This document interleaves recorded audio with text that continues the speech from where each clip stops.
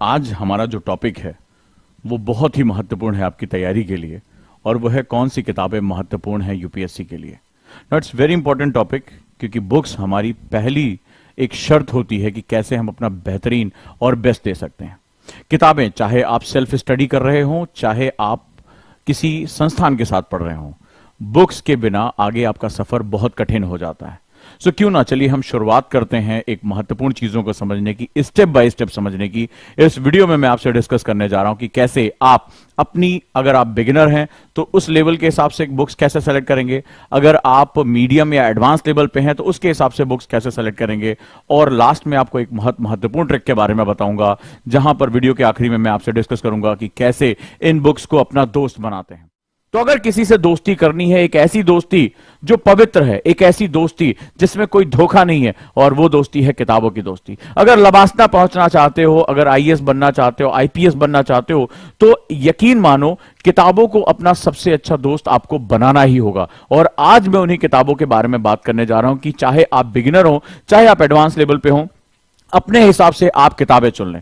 तो चलिए अब हम बात करते हैं आपसे कि कौन कौन सी किताबें आपके लिए बहुत इंपॉर्टेंट है। So let's start this journey. Polity के बारे में बात करते हैं, राजनीति विज्ञान के बारे में। तो राजनीति विज्ञान की अगर हम बात करें तो क्लास 9th की political science, democratic politics, basically democratic politics की अगर हम बात करें, यानी कि हम लोग प्रजातांत्रिक जो राजनीति है उसके बारे में बात करते हैं, तो सबसे पहला है कि जो पूरी दुनिया में प्रजातंत्र, यानी कि जहां पर for the people, of the people and by the people, ये हमारे लिए बहुत जरूरी है।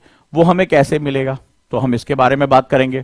ठीक है, तो विकास कैसे हुआ, आखिर ये लोकतंत्र, भारत को कहते हैं ना कि भारत सबसे ज्यादा आबादी वाला लोकतंत्र है, तो आखिर ये लोकतंत्र है क्या, इसकी चुनौतियां क्या है, ये समझना बड़ा जरूरी। इसके बिना तुम ये समझ ही नहीं पाओगे कॉन्स्टिट्यूशन क्या काम कर रहा है, प्रियम्बल क्या काम कर रहा है, कौन सी वो इकोनॉमिक इक्वलिटी की बात कर रहा है, समता समानता क्या है, डीपीएसपी क्या है, लोक कल्याणकारी राज्य कैसे बनेगा, फंडामेंटल राइट्स क्या हैं, ड्यूटीज क्या हैं, नहीं समझ पाओगे जब तक तुम नहीं समझ पाओगे कि लोकतंत्र में जनता को केंद्रित कर कर क्या बातें कही गई हैं। इसी तरह क्लास अगर हम 9th से शुरू करेंगे तो पॉलिटिकल साइंस में आप 6th 7th 8th ना भी पढ़ें चल जाएगा। 9th क्लास की आप एनसीईआरटी से शुरू करेंगे चल जाएगा, क्योंकि मैंने क्या बताया, सबसे ज्यादा एडवांटेज, सबसे ज्यादा वेटेज किसका होता है आईएएस में, प्रीलिम्स में, हिस्ट्री और ज्योग्राफी का। इसीलिए एनसीईआरटी मैंने आपसे कहा था 6 to 12, लेकिन यहां मैं आपसे नहीं कह रहा हूं 6 to 12, यहां मैं कह रहा हूं 9th क्लास में आ जाओ, फिर 10th क्लास में चले जाओ, जो हमारे काम का है। आप 6 7 8 मत पढ़ो, ठीक है, उसमें तुम्हारे ऐसी जानकारियां जो अभी हमारे बहुत ज्यादा काम की नहीं है, हमारे सिलेबस के अकॉर्डिंग ये है। अब आप आ जाओ इसमें 11th क्लास में political science, India, constitution and work. अब आज अगर भारत के संविधान को समझना चाहते हो तो ये किताब तुम्हें बहुत काम देने, कैसे हमारा कॉन्स्टिट्यूशन डेवलप हुआ, विकसित हुआ, उसका नेचर कैसे विकसित हुआ, अगर ये आप समझ जाओगे तो आपको बहुत ही आनंद आएगा। इसी तरह क्लास 11th की पॉलिटिकल थ्योरीज, तो राजनीति विज्ञान अगर है तो राजनीति विज्ञान को कुछ सिद्धांत गवर्न करते हैं उसी, जैसे मान लो समाजवाद का सिद्धांत है, हमारा पूंजीवाद का सिद्धांत है, लोकतंत्र का सिद्धांत है, तो इन सिद्धांतों को देने वाले या ये सिद्धांत क्या हैं, लोक कल्याणकारी गांधी का सिद्धांत है, तो ये सिद्धांत क्या है। इसी तरह कंटेम्प्रोरी वर्ल्ड पॉलिटिक्स, यानी समसामयिक विश्व राजनीति, तो आज की विश्व की राजनीति में बहुत कुछ चल रहा है। अगर हम पुतिन के बारे में बात कर रहे हैं, अगर हम आज जेलेंस्की के बारे में बात कर रहे हैं, हम ऋषि सुनक के बारे में बात कर रहे हैं, तो वो लोगों की अपनी पॉलिटिक्स है, वो पॉलिटिक्स कैसे चल रही है ये आपको समझ में आएगा, राइट। और politics in India since independence, आजादी के बाद हमारी राजनीति क्या रही। कई बार हम कहते हैं कि हम फेलियर है, कई बार हम सक्सेसफुल दिखाई पड़ते हैं हमारी पॉलिटिक्स में। अगर आपके ऊपर कोई एक आपराधिक केस हो जाए, आप कोई भी सरकारी नौकरी का फॉर्म नहीं भर सकते, लेकिन आप इलेक्शन लड़ सकते हैं, तो ये बड़ा अजीबोगरीब नेचर है तुम्हारे यहां। तुम किसी भी नौकरी के लिए आवेदन करते हो, तुम्हारा पढ़ा लिखा होना जरूरी है, लेकिन राजनीति में तुम्हारे लिए ये चीजें नहीं है। तो कई बार दिमाग में चीजें आती होंगी ना कि हमारी राजनीति, मतलब हम किसी छोटी सी नौकरी के लिए भी जाते हैं तो हमारा मैट्रिक पास होना, 12th पास होना बहुत जरूरी है, परसेंटेज लाना जरूरी है, लेकिन जब हम राजनीति में लोगों को शासन करने जा रहे हैं, पॉलिसीज बनाने जा रहे हैं, हमारा पढ़ा लिखा होना कोई जरूरी नहीं है। तो ये कैसी अजीबोगरीब चीज है। तो इस विषय में जो सोच है, ये बेसिकली ये किताबें तुम्हारी सोच पैदा करती हैं, ये तुम्हें कंटेम्प्रोरी सेगमेंट्स देती हैं। तो ये जो किताबों का पर्पस अगर समझ पाए कि मेरा पर्पस क्या पढ़ने का, तुम्हारे लिए चीजें बहुत बहुत आसान हो जाएंगी। यहां तक आपको चीजें समझ में आई कि किताबों को दोस्ती कैसे करनी है, किताबों से दोस्ती कैसे करनी है। अब जैसे किसी बच्चे ने कहा कि सर मैं 11th क्लास में हूं, क्या करूं। आप अपनी एनसीईआरटी की बुक्स को या सीबीएसई की बुक्स को बहुत ध्यान से पढ़ो, एक थॉरो रीडिंग करो ही करो। अब आ जाता है इकोनॉमिक्स में। तो इकोनॉमिक्स में जो हमारी किताबें हैं वो एनसीईआरटी की बहुत डेप्थ में हेल्प नहीं कर पाती, क्योंकि माइक्रो इकोनॉमिक्स की बुक ज्यादा होती हैं। तो मैंने यहां सिर्फ 3 किताबों को यहां पे पहले लेवल पे सेलेक्ट किया है। 9th क्लास की इकोनॉमिक्स, तो आपको बेसिक समझ में आया कि इसमें भी कुछ चैप्टर्स ही आपको डील करने हैं, सारे नहीं डील करने हैं। फिर 10वीं क्लास की अंडरस्टैंडिंग इकोनॉमिक डेवलपमेंट, यानी आर्थिक विकास की समझ, ये तुम्हारे लिए इंपॉर्टेंट हो सकती है, क्योंकि आर्थिकी में कैसा हुआ, कहानियों के थ्रू आपको ये चीज पता चल जाएगी।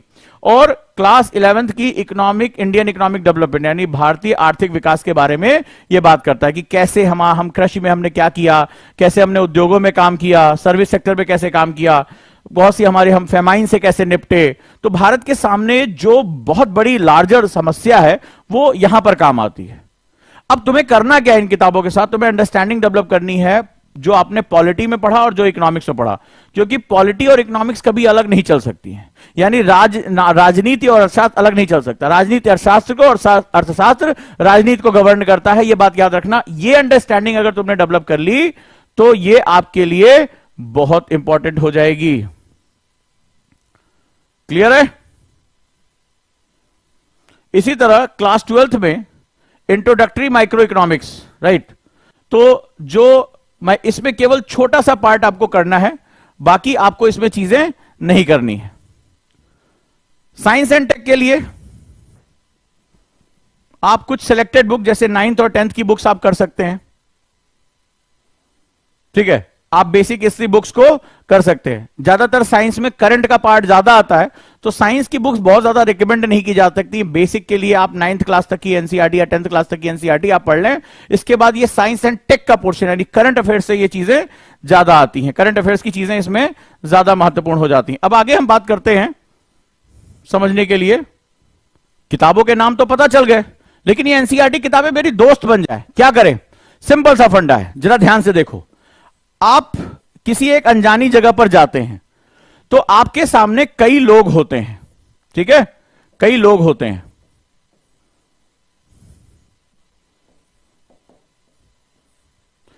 आप सबको अपना दोस्त नहीं बना पाते। दोस्ती का पहला नियम है आप किसको समझते हैं, कौन आपके जैसा है, कौन आपके साथ जो स्माइल से बात कर रहा है। तो समझना जो होता है, अंडरस्टैंडिंग, वही दोस्ती का सबसे पहला तरीका। कहते ना कि हम एक दोस्त दूसरे दोस्त को बहुत अच्छे तरीके से समझता है। एक दोस्त समझता है, उसके सुख दुख को समझ जाता है, बिना कहे समझ जाता है, वही दोस्त होता है। तो जब हम अपनी किताबों की बेसिक अंडरस्टैंडिंग लेंगे, जब एनसीईआरटी की बुक्स पढ़ेंगे, तो ही हमारी उनके साथ दोस्ती हो पाती है। तो दोस्ती करने का तरीका उसको रटना नहीं है। इस कॉलेज में, इस क्लास में ढेर सारे लोग हैं, सब आपके दोस्त नहीं हो जाते हैं। किसी एक से हमारी ट्यूनिंग बहुत अच्छी बैठ जाती है और हम उसके साथ जुड़ जाते हैं। यही मैं आपको आज इस क्लास में बताने की कोशिश कर रहा हूं।